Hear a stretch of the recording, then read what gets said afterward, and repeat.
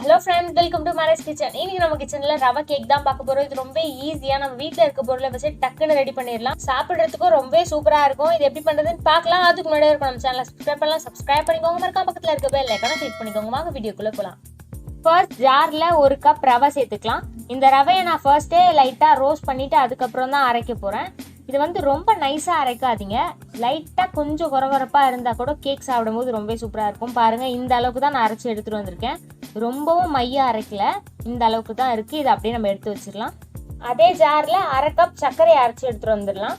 ஒரு கப் ரவைக்கு அரை கப் சர்க்கரை அளவு கரெக்டா இருக்கும். நீங்க எந்த கப்ல ரவை அளக்குறீங்களோ அதை விட பாதி அளவு சர்க்கரை எடுத்தீங்கன்னா கரெக்டான அளவா இருக்கும்.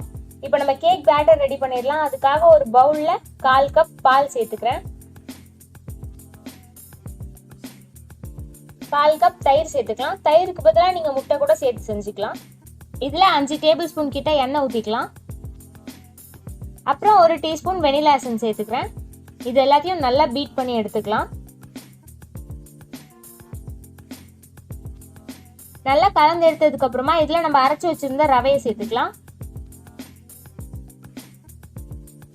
நம்ம அரை கப் சர்க்கரை அரைச்சிருந்தோம்ல, அதை விட நமக்கு அதிகமான சுகர் பவுடர் தான் கிடைக்கும் எப்பவுமே. நீங்க டேஸ்ட் பண்ணி பார்த்துட்டு கடைசியா இருக்கிற சுகர் பவுடரையும் நீங்க ஆட் பண்ணிக்கணும்னா ஆட் பண்ணிக்கலாம். 1/2 டீஸ்பூன் பேக்கிங் சோடா சேர்த்துக்கிறேன். கொஞ்சமா உப்பு சேர்த்து இது எல்லாத்தையும் நல்லா கலந்து எடுத்துக்கலாம். எந்த ஒரு லம்ஸும் இல்லாம நல்லா பீட் பண்ணி எடுத்துக்கோங்க. நம்ம சேர்த்த பாலும் தயிரும் இதுக்கு கரெக்டான அளவா தான் இருக்கும். இப்போ நல்லா பீட் பண்ணி எடுத்ததுக்கு அப்புறமா பாருங்க, நம்ம கேக் பேட்டர் இப்படிதான் இருக்கு. இந்த பேட்டர் பொறுத்த வரைக்கும் ரொம்ப தண்ணியாவும் இருக்கக்கூடாது, ரொம்ப திக்காவும் இருக்கக்கூடாது. இந்த பதத்துல இருந்தாதான் நமக்கு கேக் ரொம்பவே சூப்பரா கிடைக்கும். பிரெட் பேன்ல தான் இன்னைக்கு ரவை கேக் பண்ண போறோம், அதனால கொஞ்சமா ஆயில் அப்ளை பண்ணிக்கலாம். கேக் பேட்டரை இதுல சேர்த்துடலாம்.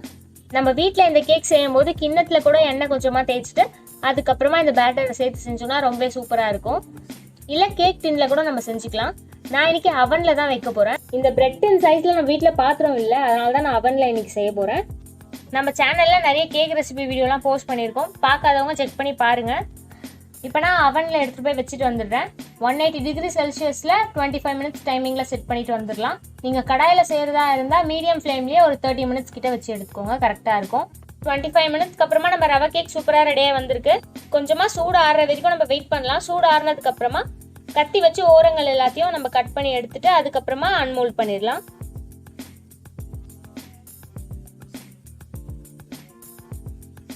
நம்ம கேக் ரொம்பவே சூப்பரா பேக் ஆகி வந்திருக்கு. இது வந்து நம்ம கட் பண்ணிக்கலாம். பாருங்க எவ்வளோ சாஃப்டா இருக்குன்ட்டு. இதே மாதிரி நம்ம எல்லா பீசஸையும் கட் பண்ணி எடுத்துக்கலாம். நம்ம செஞ்ச மெத்தட்லேயே நீங்களும் ட்ரை பண்ணிங்கன்னா கேக் அவ்வளோ சூப்பராக சாஃப்டாக கிடைக்கும். நமக்கு நம்ம செய்கிற மிஸ்டேக் என்னன்னா, பேக்கிங் பவுடர் பேக்கிங் சோடாலாம் சேர்த்ததுக்கு அப்புறமா ரொம்ப நேரம் நம்ம பீட் பண்ணிகிட்டே இருந்தோம்னா நமக்கு கேக் நல்லா சாஃப்டாகவே கிடைக்காது, ரொம்ப ரஃப்பாக ஹார்டாக இருக்க மாதிரி இருக்கும். அதனால பேக்கிங் பவுடர் பேக்கிங் சோடா கடைசியாக சேர்த்து லைட்டாக கலந்து எடுத்துக்கோங்க. ரொம்ப பீட் பண்ணிங்கன்னா கேக் நமக்கு கரெக்டாக வராது. பாருங்க, நம்ம ரவை கேக் எவ்வளோ சூப்பராக ரெடியாக வந்திருக்குன்னு. நான் இன்னும் கூட 1 கப் ரவை எக்ஸ்ட்ரா சேர்த்து செஞ்சிருந்தேன்னா அந்த பிரெட் டின் ஃபுல்லாக நமக்கு கேக் கிடைச்சிருக்கும். இந்த கேக் பீஸும் கொஞ்சம் பெருசாக இருந்திருக்கும். நான் வீடியோக்காக தான் கொஞ்சமாக செஞ்சுருந்தேன். பாருங்க, நம்ம ரவை கேக் எவ்வளோ சூப்பராக சாஃப்டாக இருக்குன்னு. வாயில் வச்சோடனே கரையிற மாதிரி அந்த அளவுக்கு சாஃப்டாக இருக்கு. இன்னும் கொஞ்சம் நிறைய குவான்டிட்டியில் செஞ்சு ஏர்டைட் கண்டெய்னரில் போட்டு வச்சுக்கிட்டிங்கன்னா ஒரு 2-3 நாள் நம்ம வச்சு சாப்பிட்டுக்கலாம். நான் இந்த மாதிரி பாதி பீசஸா கட் பண்ணி எடுத்துக்கிட்டேன். அவ்வளோதான், நம்ம ரவை கேக் இவ்வளோ சூப்பரா ஈஸியா நம்ம ரெடி பண்ணிடலாம். கண்டிப்பா நீங்களும் இந்த ரெசிபி ட்ரை பண்ணி பார்த்துட்டு எப்படி வந்துச்சுன்னு கமெண்ட் பண்ணுங்க. மறக்காம நம்ம மேரேஜ் கிச்சன் சேனலுக்கு சப்ஸ்கிரைப் பண்ணுங்க.